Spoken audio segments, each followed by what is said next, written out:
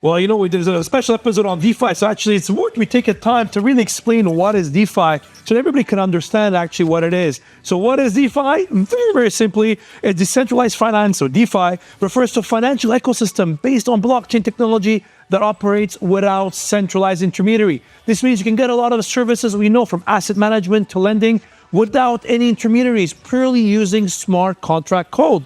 But you'll say, okay, what makes this unique? What are some of the characteristics of DeFi that really truly make it unique and potentially the future of finance? Well, as you'll see on the next slide here, it really has very couple features that are very, very, very unique. One of them, of course, is decentralized, right? There's no centralized intermediaries, there's no centralized players, but also transparency. Everything is on chain.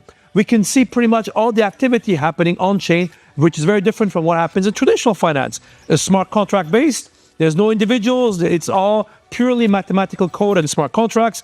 Non-custodial.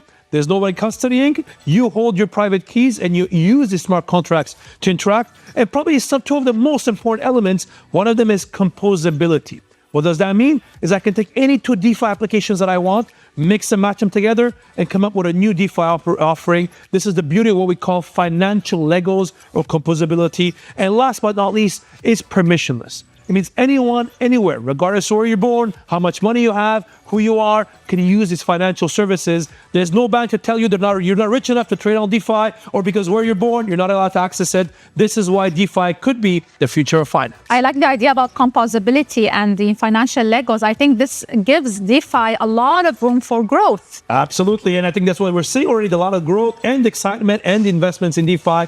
Definitely the area to watch. I'm sure we'll have other episodes focused on DeFi over the coming months and years because it's such a hot topic. Are your children prepared for the future of money? Order Decoding Crypto with Henri and Hodler, the #1 new release kids book on Amazon.